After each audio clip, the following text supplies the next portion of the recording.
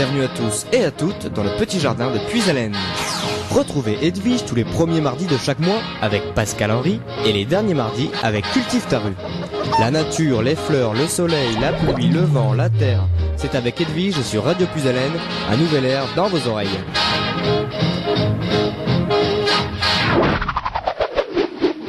Pop, pop, pop, pop, pop, pop. Bonjour Edwige, bonjour Pascal. Bonjour Laure. Ça va? Ça va très bien avec le soleil. Oui. Oui, ce que j'allais dire, c'était dur de venir en studio avec un si beau oui, parce soleil. qu'on aurait dû mettre le studio dans la cour. Oui, mais là, heureusement, j'ai 2 rayons de soleil autour de moi. Ah, c'est gentil. Tout de suite, ça va mieux. Oh, bah, ça c'est bien dit. Alors c'est beau ça. Oui, c'est beau, hein. Ah oui. Des beaux compliments. Ah oui, oui, oui. 2 petites fleurs et 2 belles fleurs. Bah voilà. 2 belles roses. 2 belles roses. Alors, bonjour Pascal. Bonjour. Bonjour aux auditeurs, aux auditrices. Bonjour les auditeurs, les auditrices qui nous écoutent sur les 100.9, 92.5 et la 3e fréquence, le 99.1, 3W aussi. Vous pouvez nous écouter Radio Puisalène. Eh bien, c'est la plus belle, la meilleure et bien sûr, elle est parfaite.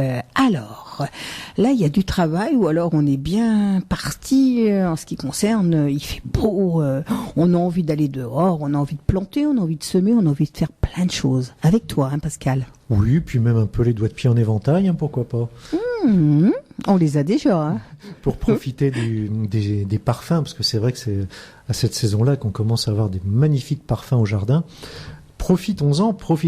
L'aromathérapie, c'est aussi quelque chose de très bon pour la santé. Donc on l'a pour pas cher au jardin en ce moment. Oui. Alors, on va rappeler que nous sommes le mardi 11 avril, c'est la Saint Stanislas. Oui, alors j'ai rien trouvé de spécial, sauf que c'est un pauvre garçon qui a été assassiné par un roi, dites donc. Il s'était opposé à un roi un peu despote et ce roi l'a assassiné en pleine messe. Vous vous rendez compte? Mais Stanislas, sinon, ça veut dire dresser. Donc c'est vrai qu'en ce moment au jardin on a plein de plantes qui se dressent, qui vont vers ce soleil qui les attire, l'héliotropisme, l'attirance pour le soleil. Notamment on connaît ça avec les tournesols bien sûr, qui eux se tournent toujours vers ce soleil. C'est ce qu'on appelle l'héliotropisme, se tourner vers ce magnifique soleil qui nous réchauffe, qui nous inonde de son énergie. Qu'est-ce qu'on est bien au soleil! Mais bon, il y a des choses à faire quand même au jardin. Ah ben oui, bien sûr, du désherbage, des semis. Alors bien sûr, toujours pareil, on se calme un peu parce que les saints de glace ne sont pas encore passés. Donc, notamment, par exemple, pour les tomates, on est encore un peu prudent. De toute façon, on se rappelle que chez nous, les tomates, le mieux, c'est de les mettre sous abri pour pas être embêtés par le mildiou avec l'humidité. Mais par contre, donc les semis sous abri, il n'y a pas à hésiter. On peut y aller notamment de la chicorée, du concombre, tout ce qui est melon, courge. Donc ensemble aujourd'hui, on va voir un peu ces travaux au potager, au jardin d'ornement, également dans le verger. Et puis j'aimerais bien aussi qu'on aborde le problème de quelques plantes qui nous embêtent au jardin, comme le liseron ou le chien-dent. Donc on verra spécifiquement ces 2 plantes-là. Et puis on parlera aussi justement quelques petits rappels sur des techniques, des méthodes de désherbage pour vous faciliter le travail, et puis toujours en se rappelant que c'est pas plus mal aussi des fois d'accepter quelques plantes qui sont des indicateurs, qui accueillent aussi les insectes, parce que c'est bien de vouloir des insectes qui mangent les pucerons, mais il faut avoir en tête que dans leur cycle de vie, les insectes, ils peuvent aussi bien, lorsqu'ils sont des larves par exemple, manger les pucerons, mais lorsqu'ils sont adultes, avoir besoin de plantes pour butiner. Donc s'il n'y a pas ces plantes pour butiner, vous n'aurez pas les adultes, donc il n'y aura pas de reproduction et vous n'aurez pas les larves. Et puis on parlera aussi des besoins en eau de certains légumes. Ça peut nous servir justement quand on pense à nos plantations. Tiens, finalement, est-ce que je vais vouloir cultiver ces légumes-là en grande quantité, sachant qu'ils sont des gros demandeurs d'eau, ou alors qu'est-ce que je vais faire pour avoir ces réserves en eau pour pouvoir subvenir aux besoins des légumes, sachant que bien souvent les gros besoins en eau interviennent au moment de la formation du légume, de la formation du fruit. Mais là, j'ai été carrément lâchement abandonné par le soleil. Tu vois, J'ai une éclipse de soleil dans le studio. Alors, je sais pas, Laure, qu'est-ce qu'on fait? On passe un petit titre? On va passer une chanson. Voilà. Je Avec, crois qu'on a beaucoup de thèmes sur le printemps aujourd'hui. Oui, alors avec Tokyo Hotel. Tokyo Hotel, d'accord. Bah, je ne avec dirai pas le titre parce que je ne sais pas l'anglais. une nuit de printemps. Ah, d'accord. Et avec Félix Leclerc aussi. Ah, ça nous rajeunit moins Avec déjà, ça. Lui, mon printemps. Mais c'est sympa, oui, il a une voix aussi sympathique, ce Félix Leclerc, qui est toujours une vedette au Canada. Quand je suis allé au Canada, on en parle toujours beaucoup, et notamment c'était l'île d'Orléans, je crois, où il a habité près de Québec. Une petite île très sympathique où on peut aller aussi déguster le sirop d'érable. Et puis manger les petites sucettes là qui sont faites avec le sirop d'érable que l'on fait prendre sur de la glace. Ah, sur de la glace, oui. Ouais. Je sais plus comment ça s'appelle. Du marbre, c'est pareil. Ouais. Sur du marbre, on arrive à faire des sucettes. Hein. Oui, mais c'est-à-dire que là, du coup, c'est le froid qui passe. Ah oui, Alors, je sais plus comment ils appellent ça. Ils appellent pas ça des sucettes. C'est un nom un peu équivoque pour nous d'ailleurs. Enfin, on va écouter la musique. Hein. Et Félix Leclerc. À toi, Edwige et Pascal. Oh, alors à toi la liberté. Là, Oui, c'est toi qui as choisi un petit peu les crapauds qui chantent la liberté. C'est merveilleux. Quelle voix chaleureuse, Félix Leclerc. Mais c'est vrai, les crapauds, c'est effectivement au printemps, c'est l'époque où ils vont pondre et tous les ans, il y a toujours des opérations justement pour aider ces batraciens, crapauds, grenouilles à traverser les routes sans se faire écraser. Hein. Berk, les crapauds. Mais voyons. Mais bon, c'est vrai que c'est la nature. Oui, tout le monde sait qu'ils sont utiles au jardin. Oui. Notamment pour boulotter quelques limaces. Hein. Donc chacun a sa place dans le jardin, même la limace d'ailleurs. On a des crapauds dans le jardin à une condition qu'on a une mare, non? Voilà, c'est ça. Bon. Pour leur cycle de vie, il faut absolument une mare, qu'elle soit dans le jardin ou un petit peu plus loin. Hein, donc il faut des abris pour l'hiver, il faut qu'ils puissent se mettre au moins sous les feuilles ou dans des tas de pierres ou des tas de bois. Pour le printemps, effectivement, il faut la mare pour aller pondre, et puis un petit muret de pierre pour l'été, même pour se protéger, se mettre aux abris. Et puis un jardin non traité pour pouvoir trouver à manger. On a tout ce qu'il faut, nous, moi et Laure. Oh là, le jardin non traité. Ouais. Et puis il y a des crapauds qui ont un petit chant un peu comme un sifflement. On s'attend pas du tout à ce que ce soit un crapaud qui fasse ça. Hein. Si vous entendez des petits tut dans une grange par exemple, ça peut tout à fait être ce crapaud. D'accord. Et ce matin j'ai entendu le coucou. Coucou. Coucou. C'est vrai. Hein. C'est dommage, j'avais pas une pièce dans mes mains. C'est un petit dicton, ça. Oui. Apparemment, si on tient une pièce dans la main quand on entend le coucou, on va être riche toute l'année. Bon, bah tant pis pour toi. Tant pis. Là, Et tu sois pauvre. Tant pis pour toi. Et je vais être pauvre. Non, riche Pauvre d'un petit. jardin merveilleux, d'un jardin extraordinaire. Dans ce jardin, justement, on pourrait faire quelques semis en pleine terre quand même. Hein. Je disais tout à l'heure des semis sous abri, mais aussi en pleine terre, dès maintenant, bien sûr, comme les betteraves. Et de la bonne betterave rouge, on peut en faire des bonnes choses avec ça. On peut commencer à le faire, là, les semis de betterave. Oui. Et puis on peut aussi, avec les betteraves, faire des teintures d'ailleurs, si on veut, avec la betterave rouge. Hein. Les petites carottes, des bonnes petites carottes, c'est bon ça. Dans un sol, bien sûr, qui est assez meuble, hein, puisque forcément, dès qu'il y aura des cailloux, la racine va devoir contourner, à moins que vous ayez envie des légumes moches. N'importe quelle carotte, ou alors une carotte. N'importe, carotte. Après, facilement, il y a plein de variétés, ça c'est suivant ce que vous souhaitez. Mais donc, un terrain où il y a ces meubles, voire sablonneux, ça peut bien aller. Les choux, alors là, toutes sortes de choux, c'est le moment aussi, y compris le chou rave. Qu'est-ce qu'on pourrait encore semer? Des épinards, tiens. Ah, le fenouil. Fenouil aussi intéressant par son odeur pour éloigner certains insectes non désirables dans le jardin. Donc pensez à ce fenouil qui sera aussi apprécié par des insectes butineurs qui viendront se nourrir là, et on pourra en reparler justement dans ce cycle que j'évoquais tout à l'heure de quelques insectes comme les cirfes dont les larves mangent les pucerons mais dont les adultes ont besoin de fleurs pour aller se nourrir du nectar, et le fenouil peut être une de ces plantes que les insectes vont aimer pour venir se nourrir. Le fenouil, c'est un petit peu l'odeur de l'anis, c'est ça. Oui. Ah, d'accord. C'est ça, oui, tout à fait. C'est ça. On peut mettre des laitues, bien sûr. Hein. Oui. Des navets, des panais. Faut qu'ils soient nés seulement. Hein. Oui. Du poireau, des petits poireaux. C'est quoi ça? Du poireau. Ah. Des petits poireaux. Planter ces poireaux. À Edwige, Non, mais Pascal, il commence à me parler en patois, alors ça va pas, ça. Des poireaux, les oui. pois. Alors les pois, si on peut, des fois ça peut être bien si on peut mettre un filet un peu au-dessus, parce qu'il y a les pigeons qui surveillent bien quand on sème les pois, hop, ils viennent boulotter tout ça. Déjà. Et oui, sans même que ça germe. Donc peut-être des arceaux avec un filet pour les empêcher de pouvoir atteindre facilement les pois que l'on vient de mettre en place. Les petits radis, ça c'est bien, les petits radis 18 jours là. Donc ils ont besoin d'eau les radis. Donc c'est vrai que si jamais c'est un petit peu sec en ce moment, ne pas hésiter à arroser pour qu'ils démarrent bien, qu'ils aient une croissance rapide, si on veut pas des radis trop piquants. Il n'y a pas une astuce justement pour que les radis prennent un petit peu plus vite, les mettre par exemple avec... Ah non, mais sinon on peut les mettre sous châssis si on veut qu'ils poussent plus vite là. Oui. Mais c'est de l'eau, l'eau c'est vraiment le secret pour le radis. D'accord. Dans le radis, on peut aussi le semer justement avec les carottes, c'est souvent ce que l'on fait, parce que la graine de carotte est très fine, et donc on a tendance à semer trop dru la carotte, et du coup quand on mélange les deux. Voilà, comme ça quand on enlève les radis, on arrache en même temps un petit peu de petites carottes, pour éviter d'avoir un semis trop dru et des carottes qui n'arrivent pas à pousser correctement.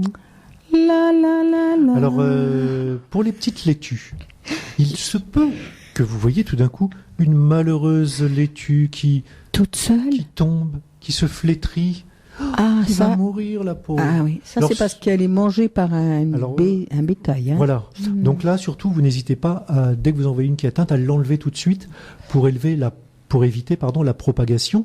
Alors bien souvent ça peut être une chenille qui fait ça, qui vient manger en fait au niveau du collet. Je rappelle, le collet c'est la zone de transition sur la plante, sur toutes les plantes, entre la zone souterraine et la zone aérienne.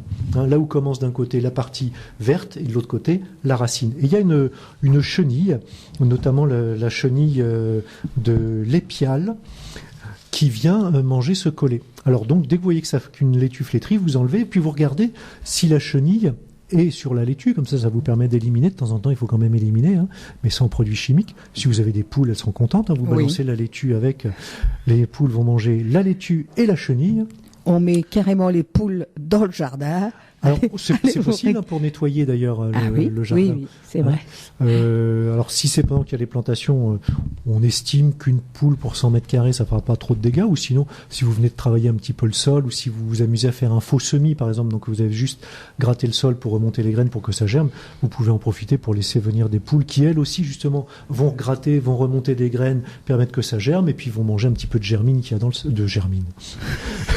de vermine qu'il y a dans le sol. Et personne ne me reprend. Je peux dire toutes les bêtises que je veux. Il y a personne qui me reprend. C'est dramatique.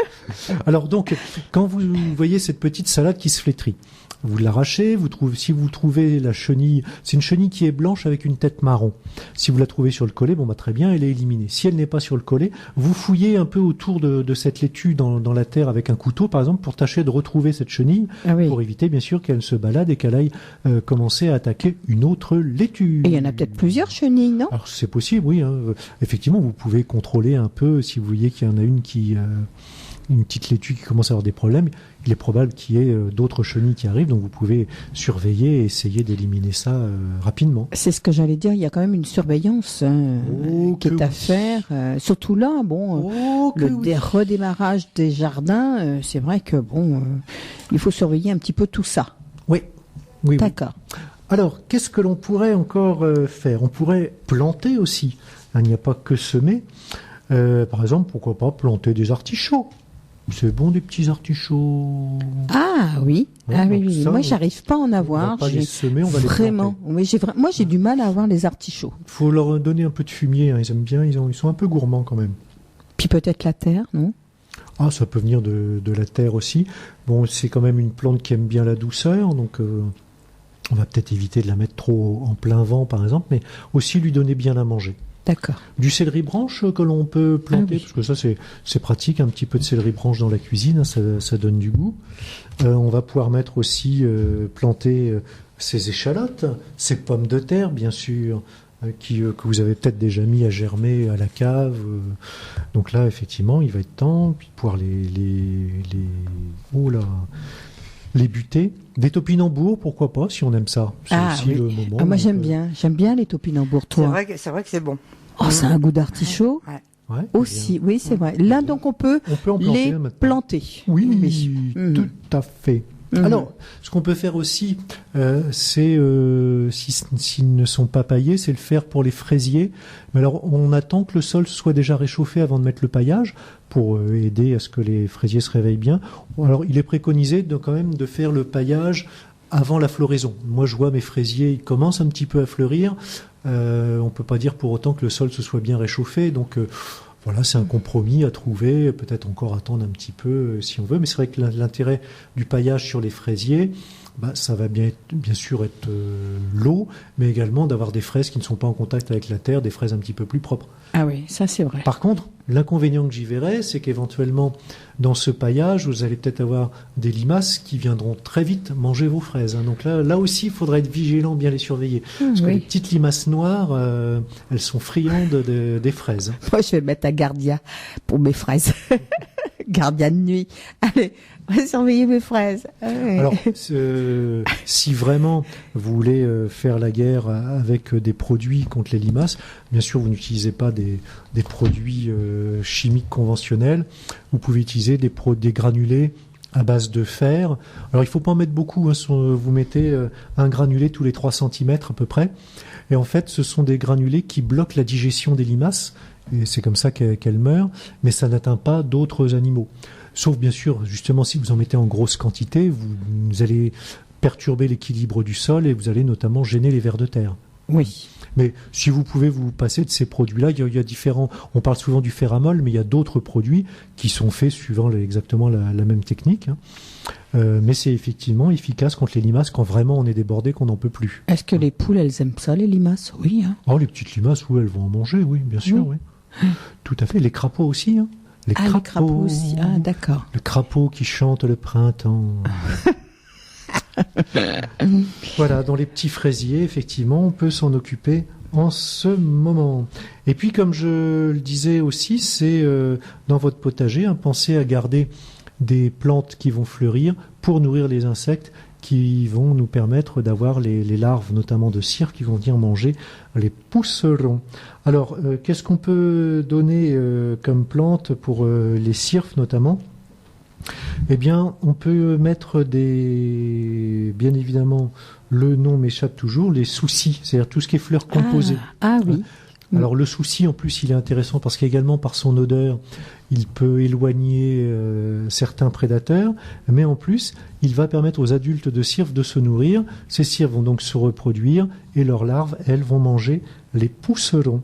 Et comme je vous le disais tout à l'heure, également, le fenouil, donc les ombellifères en général, mais le fenouil est intéressant aussi pour nourrir les cirques. Et lui aussi, en plus, par son odeur, éloigne d'autres insectes. Donc, vous voyez, et en plus, bien sûr, le fenouil, vous allez pouvoir l'utiliser dans la cuisine. Ah oui. Si vous faites un petit saumon avec un petit peu de fenouil, ça le fait. Ah bah bien sûr. Non, mais... En fin de compte, tout se fait. Oui. Faut tenter. Il faut exactement. Moi cette année j'ai envie de tenter de mélanger un petit peu les légumes, les fleurs, un petit peu tout, les salades, j'ai envie de faire une petite jardinière avec tout ce beau petit mélange. Bah oui, parce que de toute façon, les végétaux entre eux vont céder. Alors, soit céder volontairement, soit involontairement, mais déjà du fait qu'ils n'ont pas le même système racinaire. Donc, vous avez les plantes qui ont des racines pivots qui descendent dans le sol, qui vont permettre de remonter des minéraux qui sont plus en profondeur et d'autres éléments nutritifs qui sont plus dans le fond. Les autres plantes qui ont des racines traçantes, qui vont aller donc puiser la nourriture et l'eau en surface. Donc, comme ça, en mélangeant, tout le monde ne va pas aller chercher la nourriture au même niveau dans le sol, ni l'eau au même niveau dans le sol. Et ça peut permettre justement de remonter comme ça. Et puis après, justement, il y a certaines plantes qui vont éloigner des insectes et donc qui, du fait, vont protéger les autres. Donc effectivement, les mélanges, c'est toujours bénéfique. C'est bon, oui. Oui, faut pas hésiter. D'accord. Alors, Pascal, on se marque peut-être une petite pause musicale. Oui, je dis déjà, on va demander aux auditeurs de pouvoir nous appeler. Essayez de nous appeler une fois. Oui, essayez. Essayez. Pourrais-je appeler Puisalène afin de répondre peut-être à des questions, ce qui concerne forcément le jardin, les fleurs, la nature. Ils peuvent toujours poser des questions, ils verront bien si on y répond ou pas. Oui, bien sûr. Pascal, je suppose qu'il a bu quoi? Un petit café, un petit truc, il est vachement en forme. Il a bu un petit chocolat. Il a eu son chocolat. Non, j'en ai pas eu de chocolat. Non, il n'y a pas eu le temps. Mais non. Enfin, j'ai pas eu de chocolat chaud, mais j'ai eu des petits bonbons chocolat. Ça doit être ça. Ah, tiens, nous aussi, on va aller faire le plein. Donc là, profitez-en pour, justement, si vous avez des questions à poser, c'est le jardin de Radio Pisalène jusqu'à 16h. Des questions à Pascal qui se fera une joie, mais alors, de vous répondre en ce qui concerne le jardin 03 44 75 3000. À toi, mon petit cadounet. Alors pour les chansons, ça sera avec Hugo Frey avec Dès que le printemps revient et Claude François avec Il y a le printemps qui chante. Oh, ça va comme relier. je t'aime. À la maison, il y a le printemps qui chante. Ah bah oui, hein. Oh, Nous il chante aussi. Hein. partout. Oui, il chante partout. Hein. Là, ici, on a vraiment... on sent que c'est le printemps, on sent qu'il fait beau, on a plein de choses à faire dans notre jardin. Oui, Pascal. on entend qu'il y a déjà Alors. des nichés de merles qui quittent le nid. Là, on entend Oui. les parents qui appellent les petits. Ici, les hirondelles aussi. Ah oui, les hein. On a hirondelles, les oui, elles sont hirondelles, là. ouais. Il paraît qu'elles ne font pas le printemps, mais quand même. Hein, Mhm. Elles sont bien là, effectivement, elles occupent le terrain, enfin le ciel plus proprement dit. Je vous rappelle d'ailleurs que par rapport aux hirondelles, aux chauves-souris ou autres, si vous avez quelques inconvénients posés par ces animaux, notamment avec les déjections, vous pouvez contacter par exemple les CPIE qui vous donneront des conseils et qui pourront même venir chez vous ou venir au niveau de la commune ou dans une usine, peu importe, pour trouver la solution pour que chacun puisse cohabiter de la meilleure manière qu'il soit. Il n'est pas question d'aller détruire des nids d'hirondelles, par exemple, simplement parce qu'il y a des étrons qui tombent sur la voiture. Non, je suis pas d'accord. On là, peut oui. mettre une planche, on peut trouver Voilà, quelque oui. chose à faire. Mhm. Donc, vous pouvez appeler le 03 23 80 03 02, 03 23 80 03 02. Ça, c'est un numéro qui fonctionne pour toute la Picardie. Et suivant votre département, on vous mettra en relation avec la personne qui pourra le mieux vous renseigner. Mais surtout, ne détruisez rien et demandez conseil. Vous verrez qu'il y a toujours des solutions pour bien cohabiter. Pour tout le monde, il y a des solutions. Pour Voilà. tout. Surtout qu'il faut penser aussi que ces petites chauves-souris, ces petites hirondelles, elles boulottent des insectes. Donc elles sont aussi intéressantes, notamment pour avoir un petit peu moins de moustiques. Alors c'est vrai ce que vous disiez, Pascal, sur les hirondelles. Nous, on a trouvé l'astuce. C'est vrai aussi, ça faisait des excréments par terre sur le tapis, juste à l'entrée. On a trouvé le système de mettre une petite planche juste au-dessous le nid. Oui. Et puis voilà, on est tranquille. Et puis il n'y a pas de problème pour les hirondelles. Voilà, tout le monde vit bien ensemble. Il y a toujours moyen de cohabiter. Alors, on a fait un petit tour rapide du potager, mais on y reviendra tout à l'heure, comme je le disais, par rapport aux besoins en eau de certains légumes, savoir un petit peu à quoi s'attendre. Et là, on va aller du côté de l'ornement, parce que là aussi, on peut semer, et notamment les capucines. Alors moi j'aime bien plutôt les capucines naines, parce que c'est vrai que les un peu géantes, là, elles ont tendance à être envahissantes, ça prend facilement beaucoup de place. Les naines, il y a des couleurs, même, j'aime bien les prendre en mélange, jaune, orange, et puis ça fait déjà un bon couvre-sol. Mais si vous avez un talus dont vous ne savez quoi faire, la capucine est une bonne option, sachant bien sûr que c'est une plante annuelle, donc tout le feuillage disparaîtra, mais ça se ressème bien aussi pendant plusieurs années malgré tout, donc il y a cet intérêt. Les cosmos, c'est sympa, les cosmos, c'est un feuillage très léger, ça pourrait presque rappeler un peu le feuillage du fenouil. C'est une feuille qui est bien dressée, donc qui doit avoir comme saint patron Stanislas, puisque Stanislas, son origine, c'est dressé. Et c'est bien parce qu'avec le vent, ça a tendance aussi à faire un petit peu de vagues. Mais ça monte, oui, vous avez des cosmos qui peuvent monter à 1 mètre, donc ça garnit bien aussi. Vous pouvez encore semer du lin, là aussi. Alors là, le lin avec le vent, ça fait des vagues, c'est magnifique. Alors, le lin, ça peut être utilisé même comme engrais vert, pourquoi pas, hein. Les œillets d'Inde, les reines marguerites, bien sûr. Donc plein de petites... Vous pouvez mettre en place aussi, pourquoi pas, une petite prairie fleurie, un petit coin. N'oubliez pas toujours tous ces insectes butineurs qui ont besoin. Là, je vois chez moi, j'ai du lamier blanc qui pousse spontanément. Bon, oui, ça masque un peu un petit massif, mais comme j'ai vu qu'il y a des butineurs qui viennent dedans, j'ai dit, tant qu'il est en fleurs, je vais pas couper, je vais laisser venir butiner. Par contre, une fois que ce sera fané, là je couperai. Mais en ce moment, je le laisse et puis bon, finalement, ça me fait des petites fleurs blanches pour pas cher et puis on peut observer les insectes qui viennent butiner. Alors, de plus en plus, avec le changement climatique, avec les problèmes d'eau, on se dit qu'il sera aussi de plus en plus difficile d'avoir ces pelouses vertes auxquelles on était habitué parce qu'elles vont griller, qu'il faudrait tout le temps arroser. Donc justement, habituons-nous à changer l'aspect de nos jardins et à mettre des petites prairies fleuries un petit peu partout, qui avec des fleurs, des plantes annuelles notamment, mais ça peut être aussi des pérennes, qui supporteront très bien un manque d'eau et qui feront un beau couvert et puis en même temps qui ne nécessiteront pas d'être tondus très régulièrement. Alors c'est soit on accepte d'avoir une pelouse qui est grillée en été puis basta, voilà, on a un moment assez vert, un moment c'est roux, ça change de couleur au long de l'année, c'est sympa. Ou alors on se dit tiens, pourquoi pas changer l'aspect de mon jardin et puis mettre des endroits un peu fleuris. Vous mettez des plantes couvertes aussi, par exemple comme les géraniums persistants, les vivaces. Oui. Là, c'est pareil, eux, ils vont pas souffrir d'un manque d'eau et vous avez un beau couvert toute l'année. Ça demande très peu d'entretien, vous n'aurez pas besoin de tondre.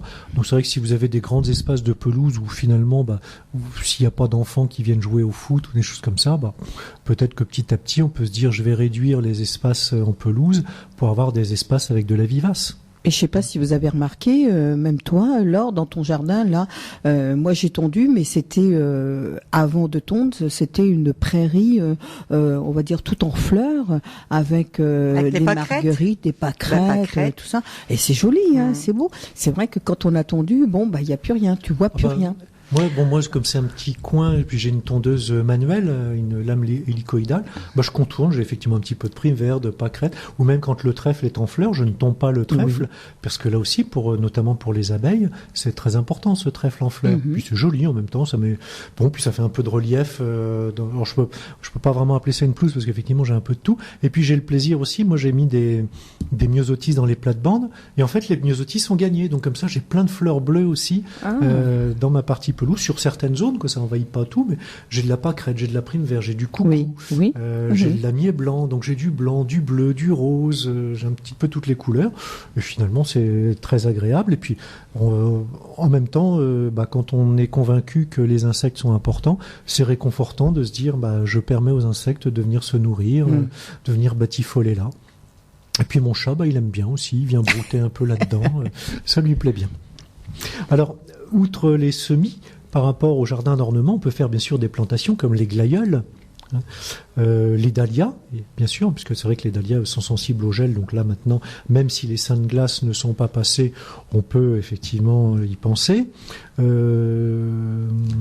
fait, le repère qu'on peut avoir pour mettre les dahlias, mais disons aujourd'hui, qu'est-ce que j'ai ? Les glaglas, les glaïeuls. Il a envie de finir pour se faire dorer au soleil. Il pense au soleil dehors. Je vous ai dit, j'ai mes 2 rayons de soleil, là. Mes 2 rayons de soleil adorés. Ça va mal finir. Le point de repère pour se dire, je peux y aller pour mes glaïeuls et mes dahlias, c'est quand le lilas fleurit. Maintenant, je vais bien appuyer sur les consonnes pour que ça passe. Ça ne devrait pas tarder à fleurir le lilas. J'en ai vu en venant là depuis Compiègne. Quel est le village avant Carlepont ? Bailly, peut-être. Bailly, oui, c'est ça, Bailly. Que j'ai vu du lilas oui, on commence déjà à voir la couleur. Quoi. Oui, la complètement couleur. Épanoui, mais on voit déjà bien la couleur. Qu'est-ce qu'on pourrait faire encore ? Les rosiers, on avait déjà parlé de la taille des rosiers. Là, c'est fini. Ça y est, c'est fini. C'est plus si jamais on n'est pas encore aux fleurs fanées. Alors, une petite précision, c'est vrai que pour les auditeurs et même pour les villages aux alentours, tout ce qui est, on va dire, fleurs qui ont déjà fleuri, plantes, fleurs ou arbustes qui ont déjà fleuri, il faut les couper systématiquement après la floraison. Tout ce qui est floraison de printemps, on l'avait déjà dit effectivement. Par exemple, le cassifleur, le forsythia, tout ce qui fleurit là, de bonne heure. Bon, moi, le cassifleur, il est encore en fleurs, là, il est encore trop tôt. Les forsythia, j'ai pas fait gaffe, j'en ai pas chez moi. Je sais pas s'ils sont déjà défleuris, j'ai pas regardé. Si, là, c'est en ce moment, c'est le forsythia. Il est en train de bien même être. Il est bien en fleurs. Bien en fleurs, oui. Et là, il faut bien insister de façon à justement, une fois que c'est fleuri, là, on lui donne un petit peu sa petite coupe. Oui, tout simplement parce qu'en fait, les bourgeons des fleurs vont commencer à se préparer pour l'année suivante. Donc, si vous attendez trop tardivement, vous allez couper tous les bourgeons à fleurs. Et l'année prochaine, vous n'aurez pas de floraison. C'est tout simplement pour ça qu'on fait ça. Hein. Voilà. J'espère que Xavier, vous nous avez entendu, parce que c'est vrai que c'était un petit peu ce qui le tracassait. Xavier Lockman, qui fait une émission justement le lundi avec Geneviève. Il intervient un petit quart d'heure avant Geneviève, lecture offerte aux enfants. Et Xavier, eh bien, c'est un petit peu le côté nature aussi. Il se faisait un petit peu du mauvais sang parce que justement il y a des petits arbustes qui ont été taillés beaucoup trop tard, et ce qui fait c'est que là il n'y a rien du tout. Ah bah oui. Alors pour les rosiers, donc la taille effectivement c'est fini, par contre on peut leur donner à manger, donc on peut apporter du compost au pied, biner un petit peu, et puis pailler aussi si vous le souhaitez, hein. Mais rien que le compost finalement ça fait déjà un peu une sorte de paillage aussi. Mais là pensez effectivement à les nourrir un peu. Pas trop, par contre, un compost bien décomposé, pas trop d'azote, parce que sinon, vous allez avoir des magnifiques feuilles, mais vous allez avoir pratiquement que des feuilles. Faut pas oublier que l'azote, c'est ce qui permet le développement de la partie verte de la plante. Et la plante, en plus, si elle a bien pas mal de nourriture, qu'elle se dit, c'est l'opulence, j'ai pas besoin de me reproduire parce que j'ai aucun risque, donc pas reproduire, ça veut dire pas de floraison. Ah oui. Par contre, une plante qui est un petit peu en souffrance dit « Oh, on va peut-être assurer la pérennité de l'espèce, donc on va fleurir pour faire de la graine. » Donc c'est vrai que c'est peut-être à la limite un peu triste à dire, mais une plante légèrement en souffrance va fleurir plus qu'une plante qui est dans l'opulence. D'accord. Hein? On lui donne un petit coup de main alors. Voilà. Après, qu'est-ce qu'on pourrait, bien sûr, comme on parlait des prairies fleuries, mettre tout ce qui va être plantes intéressantes pour les auxiliaires, telles que la quilée, de la menthe, le fenouil, on l'a déjà dit, les soucis, la carotte sauvage, parce que la carotte sauvage c'est une ombellifère comme le fenouil, donc ça donne des bons plateaux de fleurs qui vont être aussi intéressants pour les insectes butineurs. Mais pensez à semer tout ça, pourquoi pas tous les ans aussi à garder vos graines et à ressemer par vous-même là où vous le souhaitez pour avoir ces petits espaces réservés aux insectes. Alors bien sûr au verger on peut toujours faire des choses, alors en particulier c'est vrai que ce qu'on va vouloir c'est protéger les fruits des vers, donc là ce qu'on peut proposer ce sont des pièges pour les insectes qui viendraient pondre. Alors soit vous avez des pièges à hormones qui vont attirer simplement par l'odeur. Ces pièges à hormones vont avoir une activité pendant 2 mois à peu près. Mais il existe aussi tout simplement des plaques à poser dans les arbres, qu'on peut utiliser d'ailleurs ailleurs dans le jardin, qui sont de couleur jaune, parce que le jaune attire les insectes, oui. Mais qui sont gluants.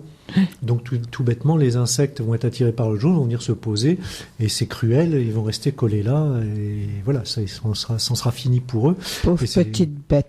Voilà. Mais au moins, on n'aura pas utilisé de produits chimiques, et on va protéger nos fruits. Donc renseignez-vous dans les jardineries, hein, vous pouvez trouver ces plaques jaunes avec de la glu que vous disposez dans les arbres ou même au sol dans le jardin, on peut le mettre à différents endroits, et ça a une activité assez longue. Je connais même des personnes qui utilisent ces plaques dans leur maison pour se débarrasser des mouches. Plutôt que d'utiliser oui, c'est vrai. Les tortillons collants. Il y a plein de mouches dessus, ça. Du côté de ma grand-mère, c'est ce qu'on faisait. Hein. C'est vrai, tu rigoles. Quand t'es en train de rigole pas, mais à la cuisine, pouf. On a connu. Avec plein de mouches dessus, au moins c'est efficace. Ouais. Alors ces plaques jaunes engluées, il y a un petit quadrillage dessus qui peut permettre, si on le veut, de faire un comptage. Si on a envie d'estimer, parce que c'est vrai que ça c'est pas sélectif, hein, donc combien j'ai attrapé de mouches, voilà, de mouches ou autres insectes, ça peut permettre comme ça de faire une estimation. Donc c'est vrai que peut-être l'inconvénient de ces plaques-là ne sont pas sélectives et ça va attirer un peu toutes sortes d'insectes, y compris peut-être des insectes utiles. Mais ça peut justement permettre de faire un relevé, de se dire tiens pourquoi pas aller regarder sur internet ou acheter un livre sur les insectes pour apprendre à reconnaître les insectes, c'est l'occasion aussi après tout, hein. Oui. Et puis de se dire tiens quels sont les insectes qui fréquentent mon jardin. Alors, l'autre souci aussi, dans les fruitiers ou ailleurs, bien sûr, ce sont les pucerons. Or, vous savez que les pucerons sont protégés, encouragés, élevés par les fourmis. Donc, un moyen de lutter contre les pucerons, c'est aussi de lutter contre leurs protecteurs, les fourmis. Donc, sur les troncs des arbres, on peut mettre aussi des bandes collantes. Comme ça, lorsque les fourmis vont vouloir monter pour aller, ce qu'on appelle traire les pucerons. Elles se collent sur... Elles se collent, et donc elles ne viennent plus aider les pucerons, parce que elles mettent aussi les pucerons à l'abri quand il fait mauvais temps, enfin, elles s'occupent d'eux. Donc là, les pucerons, s'ils sont plus choyés, pouponnés par les fourmis, ils vont aussi moins se développer. Oui, donc là, oui, on peut pas faire autrement. Hein. Voilà. Oui, de toute façon, c'est vrai que dans certains cas, c'est quand même, malgré tout, malheureusement, la destruction du prédateur qui doit être faite. Il n'y a pas d'autre moyen pour mais au justement moins éviter. que ce soit fait sans produits chimiques. De toute façon, quand on parle de lutte biologique, d'utiliser des auxiliaires, c'est de la destruction. Hein. C'est effectivement un insecte qui va aller manger l'autre. Hein. Tout à fait. Simplement, on respecte la chaîne alimentaire et au moins on n'introduit pas de produits chimiques. Mais il ne faut pas se leurrer, il y a bien forcément un moment un petit bétail qui meurt. Hein. Mais c'est le cycle normal. Et au moins sans perturbateurs, avec ces vilains petits produits qui vont jusque dans nos ressources en eau. Et là, il faut le faire maintenant pour oui, parce que là, vous avez des arbres fruitiers qui sont en fleurs, qui commencent même à faner, donc ça veut dire que les fruits commencent à se former. Et donc c'est là que vous avez certains insectes qui vont venir commencer à pondre pour mettre leurs larves qui vont donner les vers qui se développent dans les fruits. À combien de centimètres du sol pour mettre le bandage, enfin la bande collante? Il n'y a pas vraiment de hauteur, puisque de toute façon la fourmi elle vient du sol, donc elle va longer toute la hauteur du tronc. Donc ça, vous le mettez à la hauteur que vous voulez, peut-être pas trop bas s'il y a des enfants, si vous voulez éviter qu'ils aillent se coller les mains dessus. Oui.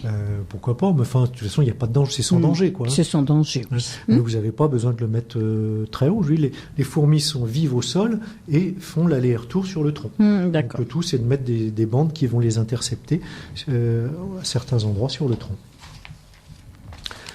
Qu'est-ce que l'on pourrait penser encore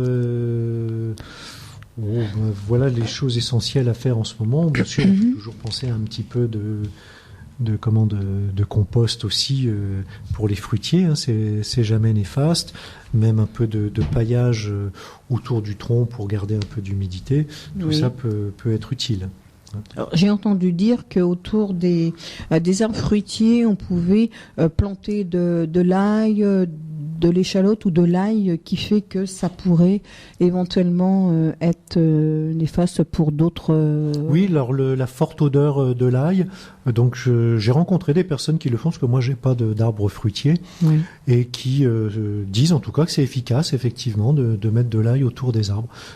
Grâce à cette odeur, effectivement, toutes les aliacées vont être intéressantes par rapport à ça. Oui. D'accord. Alors bien sûr, contre des champignons, vous avez aussi la bouillie bordelaise qui peut être appliquée aussi. Hein, ça c'est cette bouillie bordelaise, c'est à peu près, vous faites une dilution de 10 grammes par litre d'eau, et c'est normalement avant la floraison qu'il faut l'appliquer. Et puis ensuite, on peut aussi faire quelques applications de soufre, mais il faut bien penser toujours que là, la bouillie bordelaise, vous apportez du cuivre, le soufre, c'est du soufre. Tout à l'heure, on parlait des granulés pour les limaces, on apporte du fer.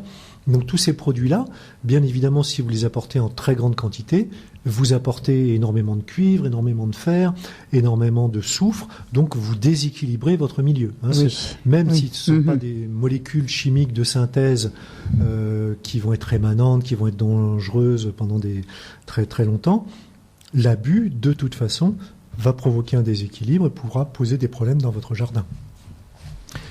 Et puis, il faut toujours accepter de partager un petit peu. Il faut quand même en laisser aux autres. Hein. Les fruits ne sont pas là que pour nous non plus. Alors, on peut semer le thym en pleine terre? Oui, bien sûr, oui. Moi, personnellement, j'en ai jamais semé, j'ai toujours planté, mais par contre, il se ressème tout seul. Si vous en avez dans le jardin, normalement, il se ressème.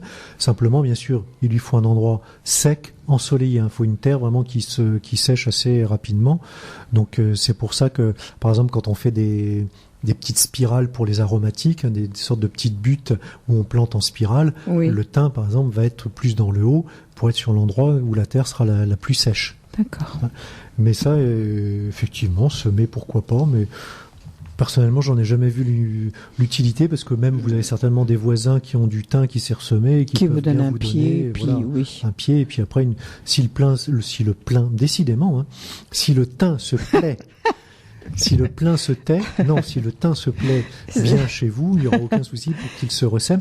Et alors le thym, je ne sais pas si vous avez déjà remarqué, mais il est très apprécié des abeilles. Quand il est en floraison, les abeilles adorent ça. Donc c'est bien aussi d'en avoir.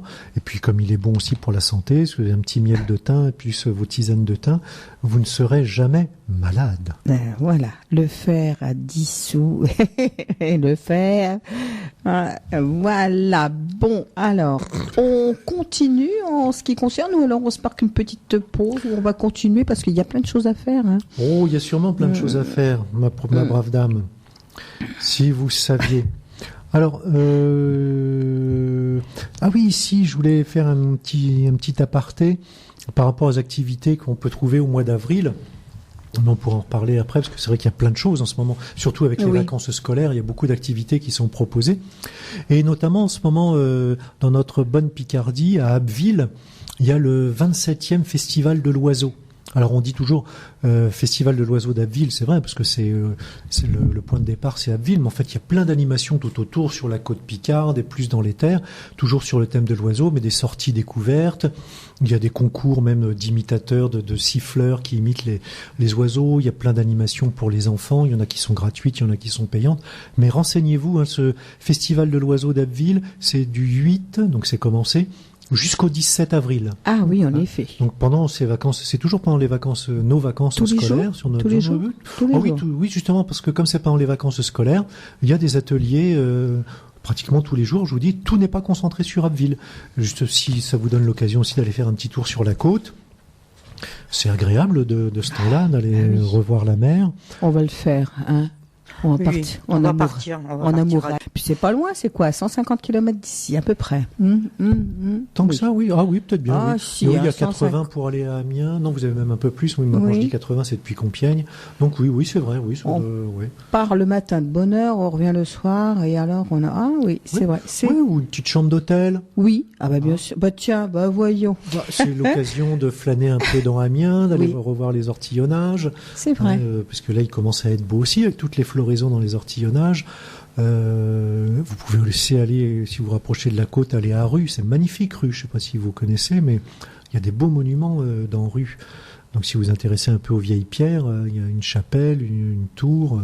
Là, ici, dans l'Oise, on est sur une terre d'archéologie, mais à Abbeville, vous avez justement le musée Boucher de Perthes, donc puisque lui a été un grand archéologue aussi, donc c'est l'occasion de visiter ce musée, de ne pas faire que l'oiseau, de se faire une petite sortie complète, et puis de manger un peu de produits locaux, hein, si vous avez envie de manger un petit peu de moule. Là, oui. En fin de compte, il faut partir un week-end, alors. Oui, vous avez raison. Voilà. Vendredi soir, on s'en va, et puis on revient. Ou en semaine, si vous en avez la possibilité. Lundi matin. Manger une petite sole au Crotoy, par exemple. Moi, j'adore le Crotoy. Oui. C'est pas une ville immense, ou c'est peut-être pas la plus touristique, mais c'est peut-être la plus authentique. Où on a justement un marché aux poissons qui est assez sympathique. Il n'y a pas trop de foule. Non, c'est le Crotoy me plaît bien, moi. Quand est-ce que vous y allez, Pascal ? C'est pas programmé. Bien, on va programmer ça ensemble. Ah oui, il va falloir qu'on fasse ça quand même. Hein. Mais en tout cas, oui, profitez de ce festival de l'oiseau. Allez voir sur Internet, vous trouverez les programmes, ou appelez l'office de tourisme d'Abbeville. Parce que je vous dis, il y en a vraiment pour tous les goûts, pour tous les âges, et un petit peu partout. Et si vous ne savez pas trop quoi faire avec vos enfants, c'est l'occasion de les éveiller aussi à la nature grâce à ce festival Picard. Et puis, je pense que ça doit être des animations, ça doit être gratuit. Hein. Je crois qu'il y a les deux. Il doit y avoir des payantes et des gratuites. Mais je sais qu'il y a toujours beaucoup d'ateliers pour les enfants, avec aussi du bricolage. Mais vous pouvez aussi faire des sorties découvertes. Profitez-en aussi pour aller au parc du Marcanterre. Hein. C'est magnifique aussi, le parc du Marcanterre. En plus, on fait des kilomètres, on marche, on s'en rend même pas compte.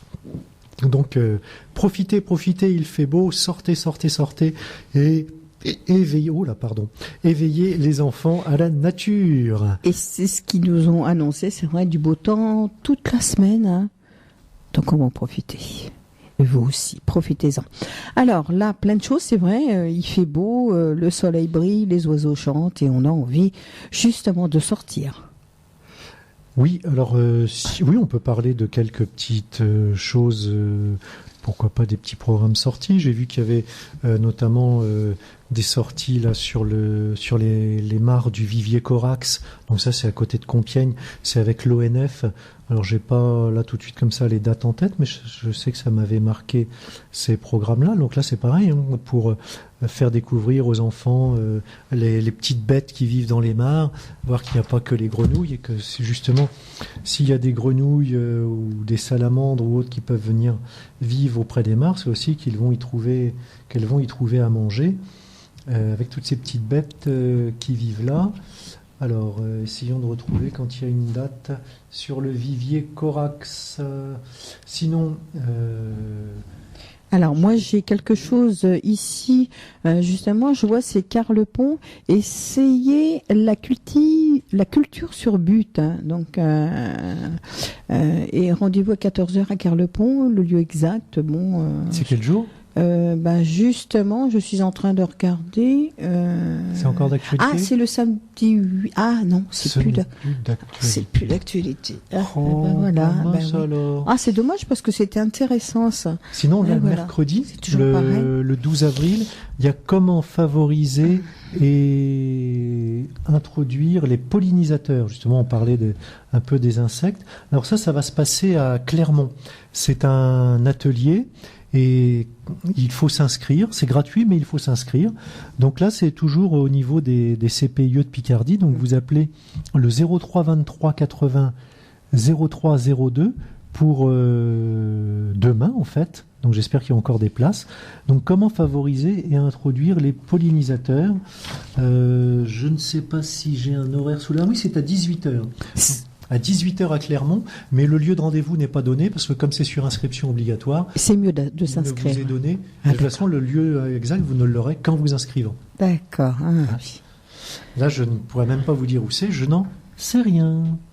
Alors, est-ce qu'il y a de petites choses qui se passent ? Quand je parlais des mares, c'est également demain, mercredi, à la découverte des mares du Vivier Corax. Et là, c'est organisé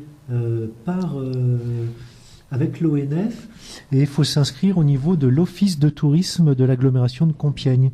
Alors c'est le 03 44 40 03 76. Alors là, Pascal, toutes les informations que l'on donne justement aux auditeurs, ils peuvent les trouver où ? Alors, ils peuvent aller sur le site du CPIE de l'Oise, Centre permanent d'initiative pour l'environnement. Donc il suffit de taper CPIE 60 et puis vous allez sur la première page d'accueil, sur la droite il y a un petit encart avec je sais plus si ça s'appelle l'actualité ou un truc comme ça, et puis vous avez tout un calendrier de tout ce qui se passe au printemps et vous aurez même en avril, en mai. Mais là, rien que mercredi, donc demain, il y a 3 activités possibles. Donc il y a Clermont, il y a Compiègne avec le Vivier Corax, c'est tout à côté de chez moi. Vous pouvez me dire bonjour. Oui. Après, il y a aussi Faites vos semis et vos mini-serres. Et ça sera à Noyon, il me semble. De Noyon, oui. À Noyon, oui, c'est pas loin, c'est vrai. Et ça sera à 15h30. Et là, c'est pareil, il faut appeler le 03 23 80 03 02. Après, je vois vendredi, il y a comment protéger votre jardin des insectes et des limaces. Samedi, il y a une sortie nature et des ateliers cuisine des plantes. Mercredi, la semaine prochaine, le 19, à la découverte à nouveau des mares du Vivier Corax. Donc si jamais il n'y avait plus de place cette semaine, vous pourrez emmener les enfants la semaine prochaine. Le vendredi 21, soignez naturellement votre jardin. Oui. Et ça, c'est toujours dans le secteur, ce sera à Guiscard. Ah oui, c'est pas loin C'est non pas plus. loin, hein. C'est à côté de chez toi, tiens. Oh, tu dois passer devant, Laure. C'est sur ma route. C'est sur ma route. Donc vendredi 21 à Guiscard, soignez naturellement votre jardin. Là aussi c'est un atelier, donc c'est sur inscription. Le samedi 22, on a désherbé futé. Ça doit être intéressant. Hein.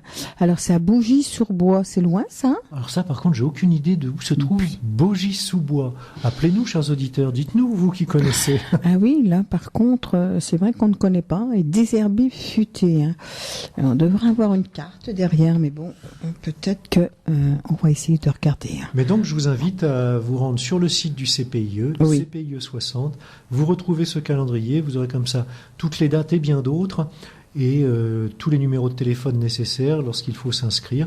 Et vous verrez qu'effectivement, la Picardie et notamment le département de l'Oise sont riches de sorties découvertes intéressantes pour tous les âges, hein, que ce soit enfants, adultes, jardiniers, amateurs de nature. Vous trouverez forcément une sortie qui vous plaira. Il y a aussi, je vois au mois de mai, il y aura sur les amphibiens. Il y a toujours des ateliers sur le jardin. Il y a un troc-plante, tiens, je vois au mois de mai, du côté du Valois. Où ça? Ah bah non, je voyais du Valois, mais je vois que c'est à Chantilly. Ce sera un troc-plante qui aura lieu le 6 mai. Eh ben, nous, on en a un ici le 14, Le 14 mai. 14 mai. Voilà. Ben voilà, vous commencez le 6 mai, et puis vous allez le 14, vous faites tous les 14 mai. Ah troc-plantes. oui, oui, oui. Vous allez retrouver plein de monde, ça va être sympa. Troc-plante. On va les faire tous. Mais oui, il faut, ça Ouais. permet de se Ah bah oui, là, rencontrer. puis ça fait une belle sortie. Hein. Ah, je regardais dans le dimanche 23 avril, il n'y a rien. On n'a pas voulu perturber les gens, on veut qu'ils aillent voter, donc il n'y a pas de sortie nature le 23 avril. J'avais oublié ça. Quand t'allais voter. Qu'est-ce qu'on se fait, on se détend un petit peu? On va aller se boire un petit café. Encore? Non. Un petit chocolat. Allez, on se détend, oui. Alors, ça sera avec Michel Fugain avec Le Printemps et Jacques Brel et Au Printemps. Que du printemps dans l'air.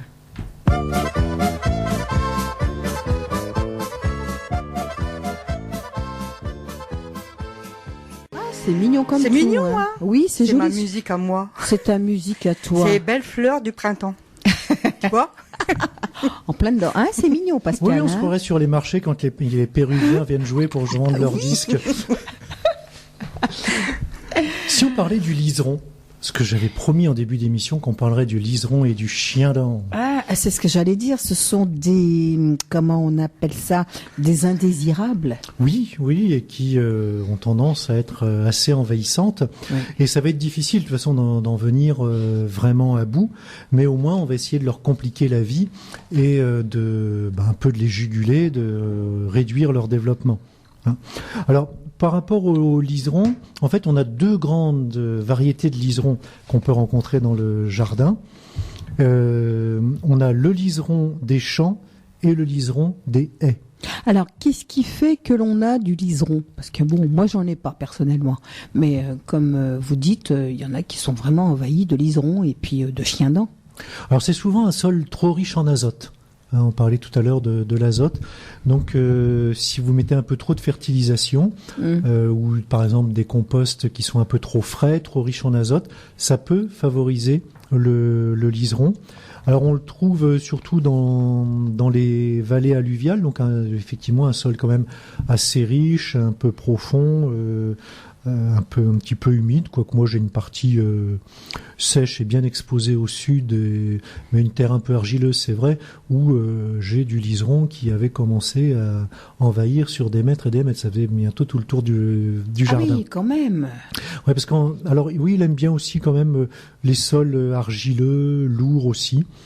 Et en fait, le danger avec le liseron, c'est quand on l'arrache, ou si par exemple, surtout si normalement on ne devrait plus utiliser de motoculteur, mais si on utilise des motoculteurs, des bêches et qu'on casse le liseron, il a comme des rhizomes sous le sol, des racines souterraines qui sont remplies de bourgeons.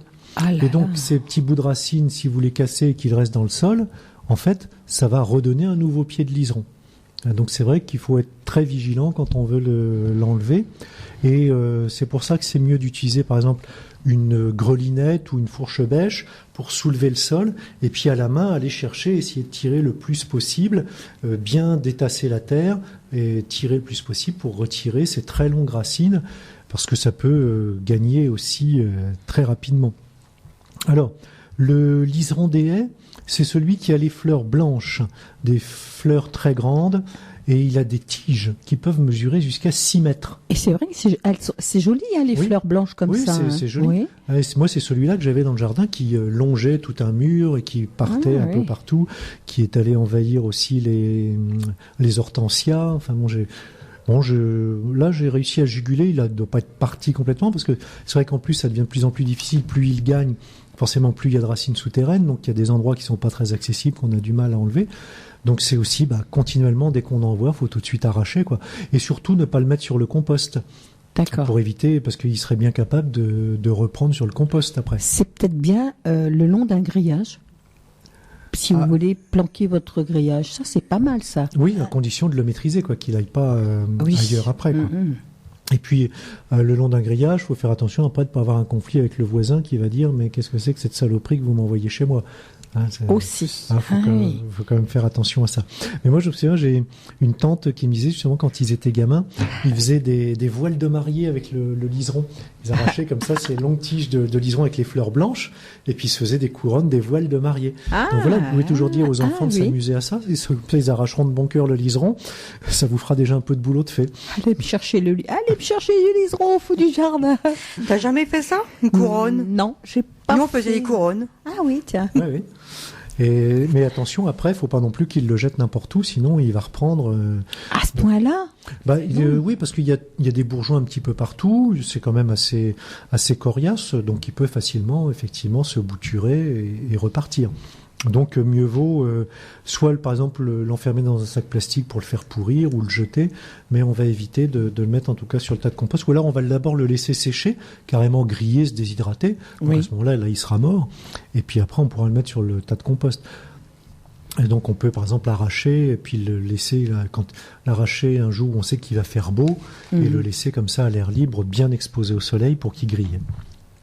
Alors, le liseron des haies, lui, il a des... Non, j'ai parlé déjà du... Oui. Non, c'est le liseron des haies, dont j'ai parlé. Le liseron des champs, lui, c'est une fleur blanche qui est striée de rose. Et la fleur est un petit peu plus petite.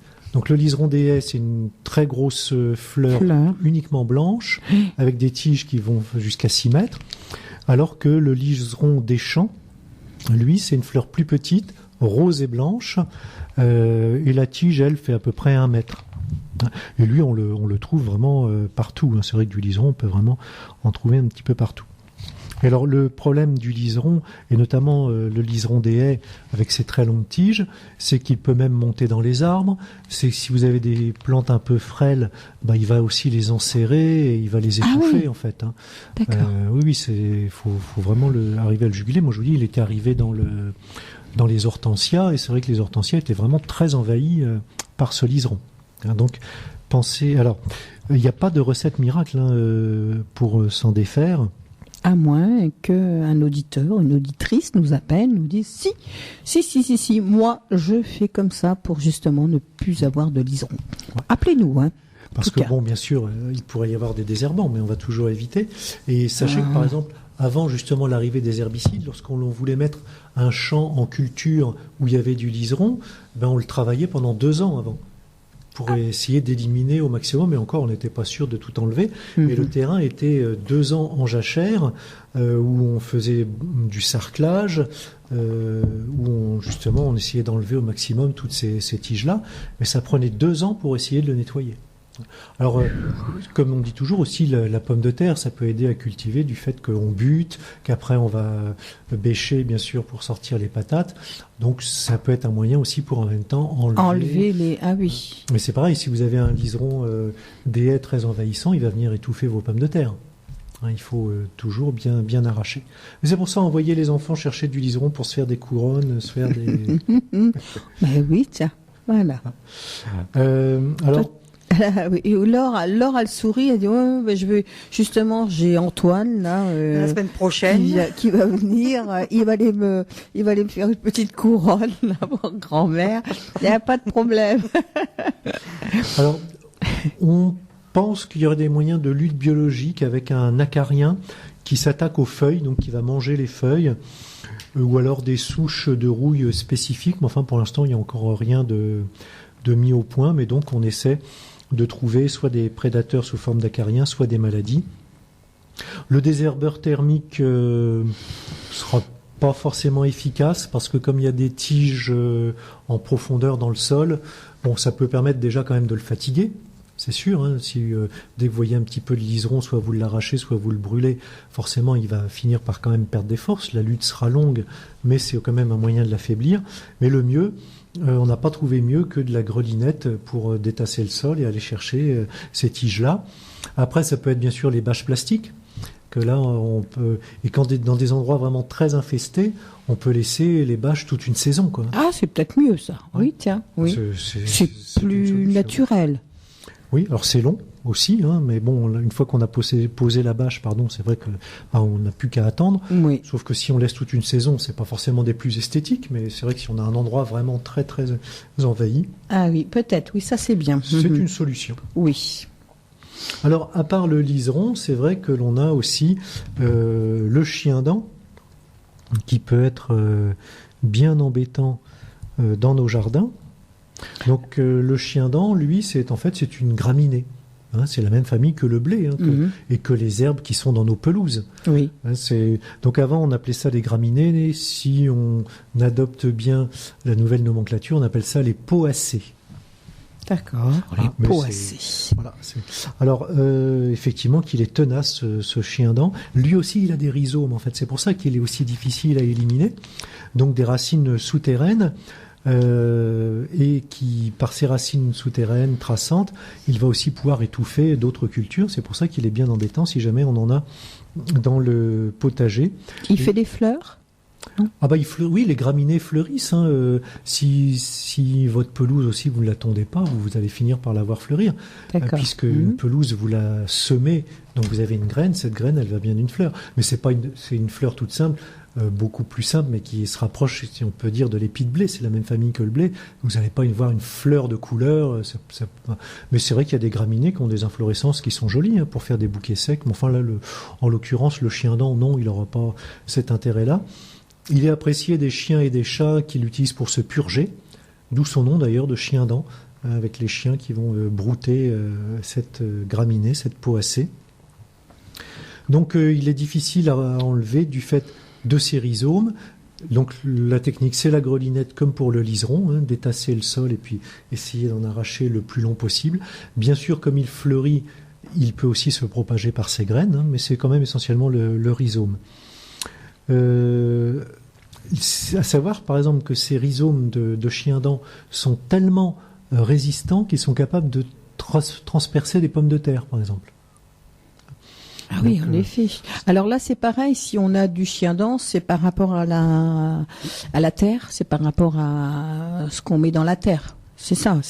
Est-ce qu'on peut, alors là, le problème, on a les deux, on a liseron et puis chien-dent. Oui. Si on a une mauvaise terre. Ou une terre un petit peu trop. Une mauvaise terre. Le liseron, on a vu, ça peut être surtout parce qu'il y aura trop d'azote, oui, par exemple. Mais après, non, c'est pas forcément une mauvaise terre. Ça peut être qu'on a une terre argileuse dans le cas du liseron, par exemple. Le chien-dent, lui, c'est une graminée. Les graminées, elles poussent très facilement, un petit peu partout. Hein. Ouais. Donc, s'en débarrasser complètement, ça va être difficile, puisque même les herbicides courants n'arrivent pas à en venir à bout. Dans un sens, c'est une bonne chose, parce que, autant vous dire, c'est pas la peine d'aller acheter des herbicides traditionnels et polluants. De toute façon, c'est pas ça qui vous aidera à en venir à bout. Bon.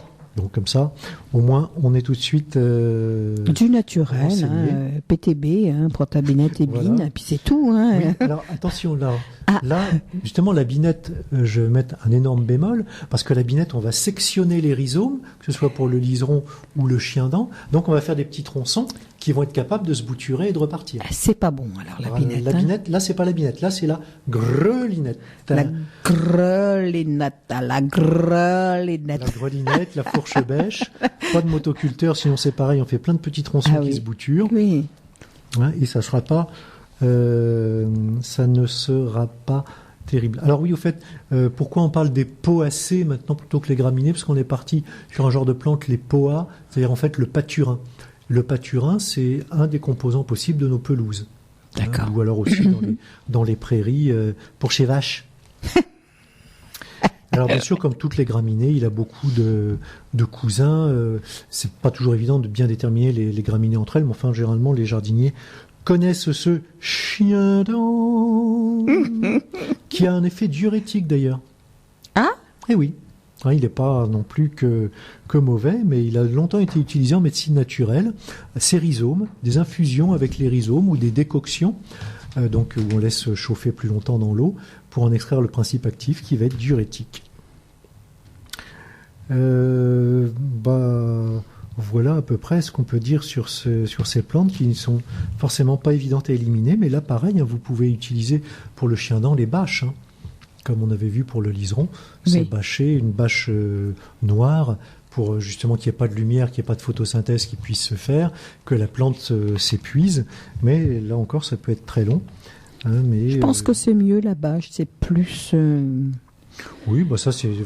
Bon, maintenant, oui. Chacun voit la méthode qui lui convient le mieux, sachant qu'il n'y a de toute façon pas de méthode miracle et que ça sera difficile de l'éliminer complètement. Ça sera plus le juguler, éviter qu'il ne se propage de trop.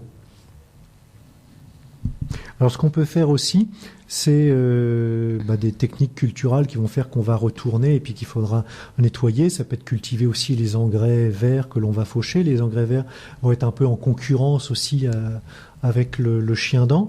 Donc en engrais verts, ça peut être le sarrasin dont la culture se fait en été. Le seigle en culture d'hiver associé à la vesse.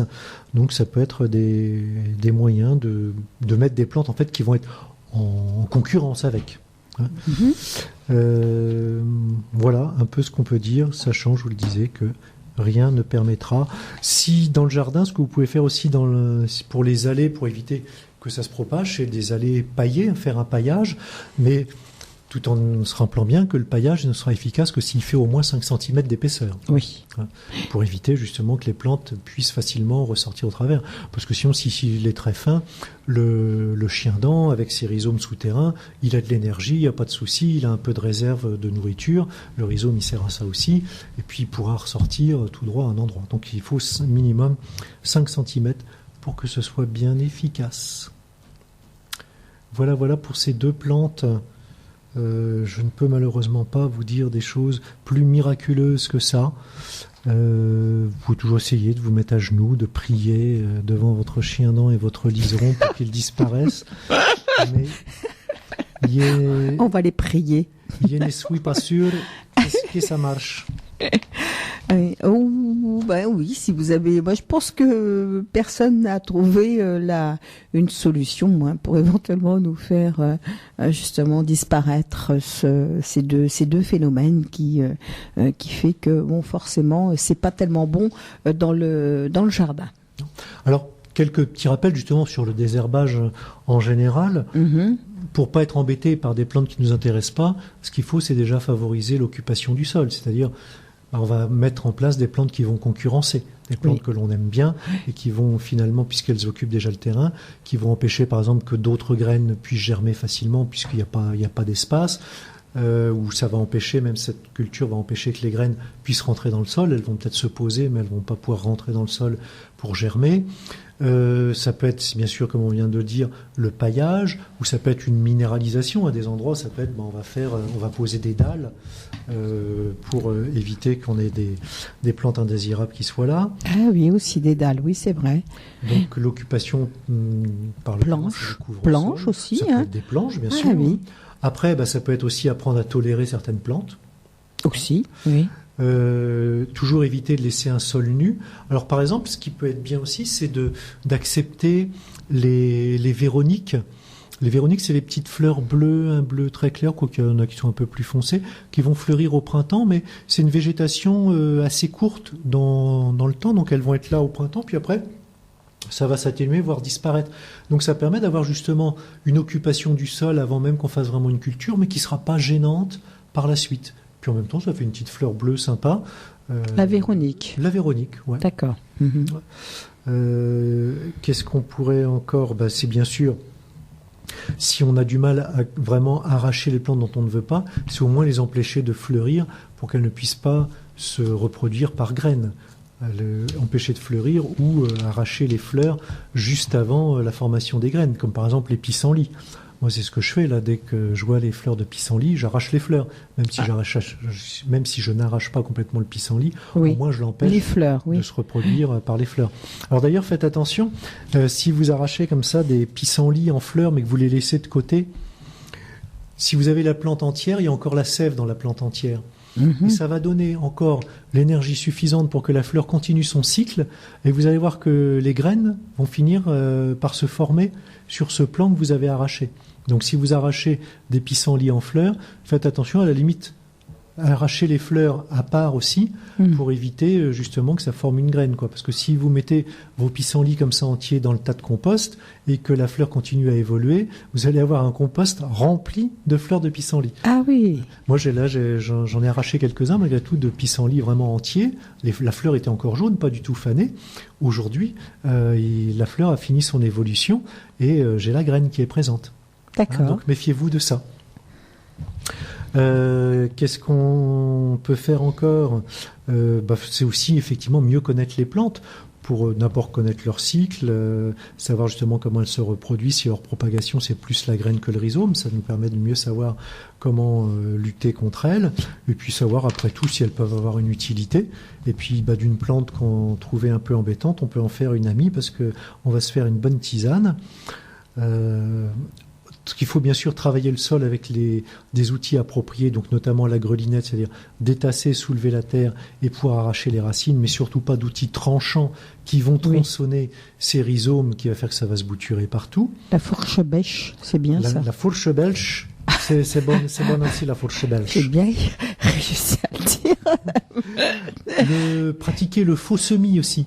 Donc ça, on en a déjà parlé, c'est simplement qu'on travaille le sol comme on allait semer quelque chose. On ne sème rien, mais ce sont les graines du sol qui vont germer. Tout de suite derrière, dès que tout a levé, on repasse un coup de croc pour tuer tout ce qui a germé. Et on peut faire ça 2-3 fois pour que toutes les graines qui sont dans le sol, ou un maximum en tout cas, germent et ne nous embêtent pas par la suite parce qu'on les détruit tout de suite avant que le système racinaire ne leur permette d'être autonome dans le sol. Qu'est-ce qu'on peut encore utiliser ? Bien sûr, un désherbeur thermique, pourquoi pas. Donc là, je vous rappelle, vous n'attendez pas, vous restez pas posté sur la plante comme ça à la faire griller. C'est un choc thermique qu'on provoque. Donc on passe rapidement en marchant. On voit pas le résultat tout de suite, mais vous revenez 1 heure après, vous voyez tout le feuillage qui est flétri. Alors que sur le coup, vous avez l'impression qu'il ne s'est rien passé. Et ça va jusqu'aux racines. Alors non, c'est pour ça que le désherbage thermique est utile sur des très jeunes plantes, sur des plantules justement qui n'ont pas non plus encore un système racinaire trop profond, parce que le système racinaire lui-même ne sera pas atteint, mais si vous grillez tout de suite le feuillage, là elles n'ont pas la possibilité de repartir. D'accord. Elles sont tout de suite affaiblies. Mais c'est vrai que ça ne marche que sur des plantules. Après, bien sûr, vous avez toujours le désherbage à l'eau chaude. Vous faites cuire des légumes, vous faites cuire des pâtes. Vous allez tout de suite arroser. Moi, c'est ce que je fais carrément. Oui, je prends moi aussi. Je mets mon écumoire sur la plante que je veux griller. Je verse mon eau directe comme ça. Au lieu de verser dans l'évier, je vais verser dans le jardin sur la plante que je veux éliminer. Et même l'eau bouillante comme ça sert à désherber, tout simplement. L'eau bouillante. J'utilise une eau que j'ai fait chauffer pour quelque chose. Tout à fait. D'énergie et je gaspille pas mon eau puisque c'était déjà une eau utilisée.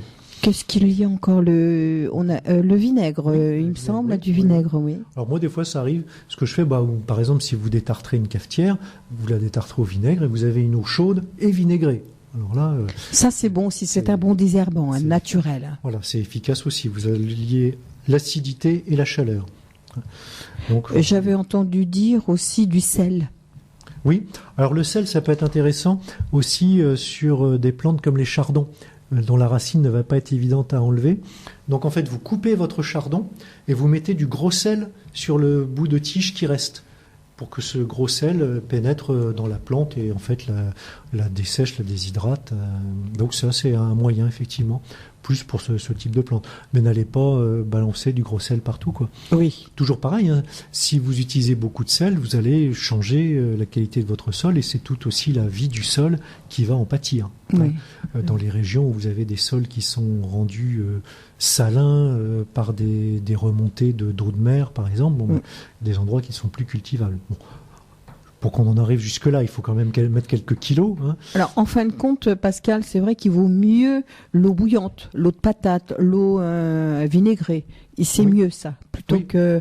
c'est vrai ce que vous dites, le sel, c'est vrai que le sel, c'est pas bon pour le sol non plus. Voilà. Je vous dis, c'est intéressant pour quand vous avez vraiment du mal à vous débarrasser de certaines plantes comme le chardon. Là, effectivement, vous n'hésitez pas, vous coupez quelques grains de gros sel sur le parti de la tige qui reste, et voilà. Mais vous savez qu'un chardon, c'est joli, hein, quand il y en a un chardon, c'est beau. Hein. Oui. C'est une belle fleur, hein, quand même. Oui, tout à fait. Et c'est-à-dire qu'il faut éviter quand même que les graines après puissent se disperser, mais malgré tout, c'est vrai que en laisser quelques-uns fleurir, notamment vous avez un oiseau qui s'appelle le chardonneret. Il s'appelle pas le chardonneret par hasard, c'est parce qu'il vient justement se nourrir des graines du chardon. Ah, bah tiens, on en a pris de belles. Hein. Tu le savais, toi? Bah non. Eh non. Et vous avez certains chardons qu'on appelle aussi le cabaret des oiseaux, parce que l'implantation des feuilles le long de la tige fait que ça fait comme une petite cuvette où il y a de l'eau qui stagne. Et les oiseaux peuvent venir boire dedans. Ah, bah voilà. Donc effectivement, on peut laisser fleurir le chardon, mais après, éviter que sa graine se disperse partout. Moi, j'ai même planté des chardons bleus dans mon jardin. De toute façon, dès que c'est bleu, moi, je prends. Mais moi, sans les planter, j'ai des chardons bleus. Sans les avoir plantés, c'est vrai. Bon, j'en ai pas non plus énormément, mais bon, un ou deux, et je trouve que c'est joli, c'est beau. Oui, c'est sûr que c'est un beau port. C'est vrai que... Ah oui, c'est joli. Hein. C'est vrai que c'est un très beau port. Hein. Mais attention, il y a même des endroits où, de toute façon, on est obligé de faucher les chardons. C'est une obligation, justement, pour éviter la propagation et que ça n'aille pas dans les champs et se disséminer un peu partout. D'accord. Il faut maîtriser tout ça. Oui, tu regardes là. Ah, on a peut-être passé une annonce. On a peut-être une annonce à passer, non, je sais pas. Ça y est, c'est passé. Ça y est, c'est passé. Ah bah, tu vois, à force de discuter à droite et à gauche, hein, tu vois, j'ai même pas entendu. Eh ben non, tu n'étais pas dans le coin. Bah oui, je sais, on a été boire un petit café là-bas sur la terrasse, on est tellement bien dehors. Alors là, Pascal, le temps, on va se faire une petite Puis après, musique. on verra rapidement un petit peu quelques besoins en eau pour quelques plantes courantes du potager. Oui. Et aussi à quel moment elles ont le plus besoin d'eau pour se dire, ça je mets pas, parce que je suis capable d'avoir suffisamment d'eau ou pas. Et puis se souvenir aussi justement comment avoir de l'eau au jardin. Alors, il vaut mieux moins arroser que plus arroser. Un peu moins, parce que une plante souffrira toujours un peu moins du manque d'eau que d'être complètement noyée, de ne plus respirer. Voilà. Mais bon, au jardin, arriver à noyer en pot, oui, c'est vrai, les plantes en pot, les plantes d'appartement, ça on peut arriver à les noyer. Au jardin, c'est plus difficile. Par contre, c'est vrai que plus on va entretenir l'humidité, plus on augmente le risque de maladies cryptogamiques comme le mildiou, par exemple. Oui. Donc il faut les laisser, s'il faut les arroser un petit peu aussi. Oui, un petit peu. Périodes, surtout, on verra, il y a certaines périodes du cycle de vie où il y a plus besoin d'eau que d'autres moments. Mais Laure, qu'écoute-t-on? C'est de l'eau, c'est du vent. Enfin le printemps avec Edith Piaf et Vivaldi avec les 4 saisons. Edith Piaf pour le festival de l'oiseau, c'est magnifique. Ah oui. De René Rousseau et Marguerite Monod, enfin le printemps. Et voilà. On se croirait vraiment avec la musique. Bah oui, c'est pour ça que tu étais parti encore au soleil. Oh là là, c'est super ça. Hein. C'est beau ce que tu nous mets. Tu sais, c'est vrai quand t'es pas là, tu nous manques. Hein. Oui, mais là c'est Pascal qui nous a fait. Pratiquement toutes mes idées aujourd'hui. Pour une fois. Ah bon, c'est les musiques de Pascal. D'accord. Alors, si on parlait un petit peu d'eau, parce que c'est bien de boire, mais il faut boire de l'eau, il ne faut pas boire que du schnapps. Hein. Alors, on est conscient qu'effectivement, l'eau, il faut l'économiser, qu'il ne faut pas trop arroser, on l'a dit tout à l'heure, parce que ça peut notamment aussi favoriser des maladies. Mais il faut quand même avoir conscience que nos petites plantes, elles ont des besoins qui ne sont pas les mêmes d'abord suivant les plantes. Certaines n'en ont pas besoin beaucoup naturellement ou résistent mieux, et d'autres, par contre, ont des gros besoins, et notamment au moment de la fructification ou pour faire la partie que l'on va manger, parce que suivant les légumes, c'est un fruit ou pas ce que l'on mange. Alors par exemple, l'artichaut, lui, lorsqu'il est uniquement en végétation, ses besoins sont tout à fait corrects, même assez faibles finalement. Par contre, au moment de la production, là où justement, là c'est une fleur en fait qu'on mange dans l'artichaut, là ses besoins en eau augmentent considérablement. Donc lorsqu'il est en végétation, il faut à peu près 2 litres au mètre carré, et quand il est en fructification, on arrive à 5 litres. Donc si on a notre pluviomètre, on peut déjà savoir ce qu'il est tombé, s'il y a besoin ou pas. Mais donc au moment où il commence à bourgeonner, à avoir ces petites fleurs, là il faut penser effectivement à ce qu'il ne manque pas d'eau si on veut avoir des bons artichauts mangeables. La betterave, elle, au moment du grossissement de la racine, puisque là c'est la racine qu'on va manger, là aussi elle aura des besoins en eau un petit peu supérieurs. Mais en fait, tout au long de sa vie, elle a quand même des besoins en eau assez importants. C'est pour ça que il y a combien de temps? C'était il y a 2 ou 3 ans qu'on avait eu un été très très sec. Il y a même des maraîchers qui avaient arraché toutes leurs betteraves rouges parce qu'ils savaient que ça allait faire des trucs filandreux, coriaces, immangeables, ou sinon il aurait fallu arroser énormément. Et je connais un maraîcher qui est justement des terrains qui sont plutôt sablonneux, donc secs, qui se ressuient très vite. Lui, il s'est dit, bon, les betteraves, cette année, j'abandonne, ça sert à rien. Autre plante qui a besoin d'eau, c'est le chou-fleur. Alors c'est pareil, pendant sa croissance, il est tout à fait raisonnable, mais au moment du grossissement de la pomme, qui est aussi une fleur, là, effectivement, il faut 5 à 6 litres d'eau par mètre carré. Là, je parle des besoins en eau pour notre climat. Si on était plus dans le sud, ce serait encore plus, d'ailleurs. Oui, c'est vrai. Le haricot, faut pas l'oublier, c'est pas le plus gourmand, mais c'est pareil, au moment de sa floraison. Et pour la formation des gousses, il a besoin d'eau aussi, donc pas oublier pour ça. Par contre, l'ail, il n'y a pas de gros besoins spécifiques. Au contraire, il pourrait même y avoir des risques de moisissure et de mauvaise conservation si c'était trop humide. L'asperge n'a pas besoin non plus de beaucoup d'eau. D'ailleurs, ça pousse souvent aussi dans des terrains sablonneux, donc des terrains qui se ressuient très bien. La carotte est relativement raisonnable pendant les premiers mois. Bon, sur la fin de la culture, on peut arroser un peu plus si vraiment il commençait à faire sec. Pareil, pour éviter d'avoir une carotte aussi qui va être dure, éventuellement un peu filandreuse. Donc, on peut faire des petits apports. Qui à la laitue, bien sûr, là pour la pomaison, jusqu'à la pomaison, c'est important qu'elle ait de l'eau. Pareil, attention, lorsqu'elle est bien tassée, qu'il n'y ait pas non plus d'eau quand même qui reste un peu stagnante et qui favorise des moisissures. Alors on arrose une fois par semaine, comment peut-on... Ça va en fait dépendre aussi du temps. Oui. Les arrosages, on va les faire, quand on est en été, on va les faire le soir, pour que l'eau puisse bien pénétrer dans le sol et qu'elle ne s'évapore pas tout de suite. Le goutte à goutte, est-ce que c'est bien ça? C'est une bonne technique, oui, mais ça demande quand même une grosse installation qui peut finir par se boucher même. Mais c'est vrai, ça permet d'éviter le gaspillage d'eau puisqu'on apporte vraiment petit à petit en fonction des besoins. Oui, c'est une bonne solution. Et le soir, voilà. Alors le soir en été, au printemps, lorsqu'il y a encore des gels de temps un peu froid la nuit, il vaut mieux arroser par contre le matin. D'accord. Parce que sinon, si jamais il gèle pendant la nuit alors qu'on a arrosé, là ça peut poser problème. Jamais en pleine journée. En pleine journée, il vaut mieux éviter d'abord parce qu'il y a beaucoup d'eau qui va s'évaporer. Oui. Et puis le risque aussi, c'est que donc les plantes ont des spores dans leurs feuilles qui leur permettent des échanges avec l'air, ce qu'on appelle les stomates. Ces stomates sont surtout sur la face inférieure des feuilles. Quand il pleut, les stomates s'ouvrent pour augmenter les échanges.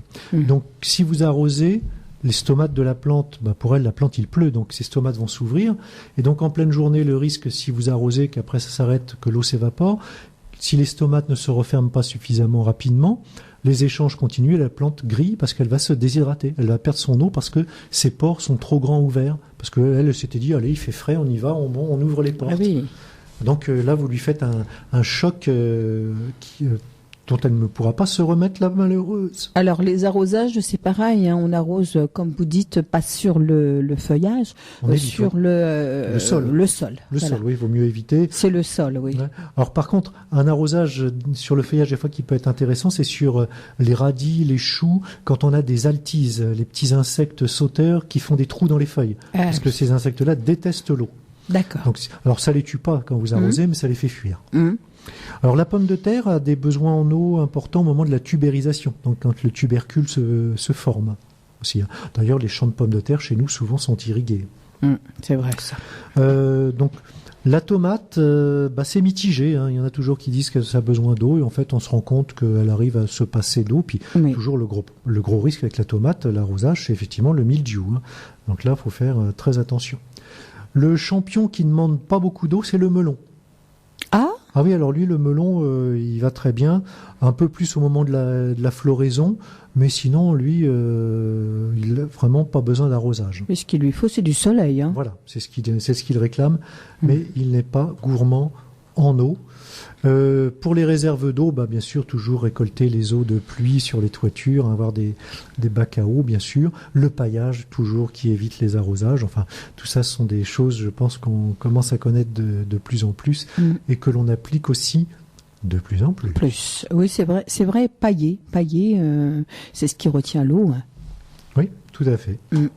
Voilà, sur les besoins en eau de quelques légumes, donc surtout les plus gourmands, je vous disais, l'artichaut, la betterave, le chou-fleur, le haricot, la laitue bien sûr, la pomme de terre, la tomate, moi je reste mitigé là-dessus.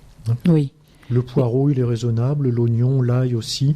Toutes ces aliacées là n'ont pas forcément besoin de beaucoup d'eau. Et puis on a toujours le risque effectivement de pourriture.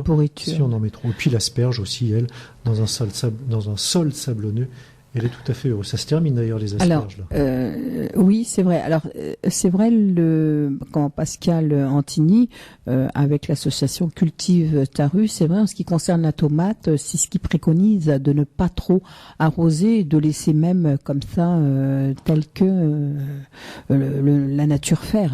Hein. Ça évite aussi, d'attraper certaines maladies. Voilà, oui, effectivement, on se rend compte que la tomate supporte très bien de ne pas être inondée d'eau. Ce qui est important quand on la plante, c'est de la planter, ne pas mettre le godet droit dans le sol, mais un peu penché pour l'amener à refaire de nouvelles racines aussi, puisque les tiges bouturent très très rapidement. Parce que je vous rappelle aussi que quand vous taillez vos tomates, vous pouvez tout à fait faire des boutures avec les parties que vous avez taillées si vous voulez avoir un peu plus de pieds de tomates. Et en faisant une culture sous abri, vous avez des chances de pouvoir récolter avec ces boutures que vous faites. Puisque ça sera au sec justement, ça évitera le mildiou, ça sera un peu plus chaud. Elles se porteront bien, nos petites tomates. Justement, on va rappeler comment ici à Puisalène, le 10 avril, troc échange en ce qui concerne la bourse aux plantes. J'ai dit le 10 avril, le 10 mai. 14. Et ben voilà. Ça c'est pour voir un petit peu si tu suis. La tête dans les nuages. Non, je n'ai pas la tête dans les nuages. 14. Ici, bourse aux plantes, oui, sur on va pas dire dans la salle Jackie Denard, on va faire ça à l'extérieur. On a des barnums, on a des tables, on a des chaises, on a tout ce qu'il faut pour justement vous recevoir et puis aussi les auditeurs de Radio Puisalène et puis tout le monde, hein, puisque c'est ouvert à tous. Est-ce qu'il y a un bar tout court ? Bar tout court. Un bar. Parce qu'il y a des barnums, mais est-ce qu'il y a un bar ? Oh, bien sûr. Oui, à Puisalène, il y a toujours un bar. Il y a toujours un bar. Donc Pascal, en ce qui concerne, je pense qu'on aura tout dit. Hein, là, oui, tout le programme a été vu, c'est magnifique. Nous avons parlé de tout ce qui était prévu. Oui. Et puis on n'est pas en retard, on n'est pas trop... Oui, parce que là, il va falloir laisser la place à... Oui, hein. Déjà, Ah, bien sûr. déjà. Oh là là, oui. Toi, Laure, tu vas faire ton émission Mon pendant émission. 2 heures. Avec les chansons bonheur. Quel bonheur, justement. Hein, tu vas faire plaisir à tout le monde, là. Alors, Pascal, on se quitte? Oui. Oui, oh, On se revoit le mois prochain quand même. Oh, ben normalement oui. Le temps de se faire quelques couronnes et tresses de liseron et tout ira bien. oui, et puis n'hésitez pas à aller sur le sur le site du comment on va dire du CPIE. CPIE 60 pour voir tout le programme Oui. est sorti là avec les enfants. Oui. Allez voir aussi sur le site de l'Office de tourisme d'Abbeville ou de la Somme pour le festival de l'oiseau, des choses aussi intéressantes avec les enfants.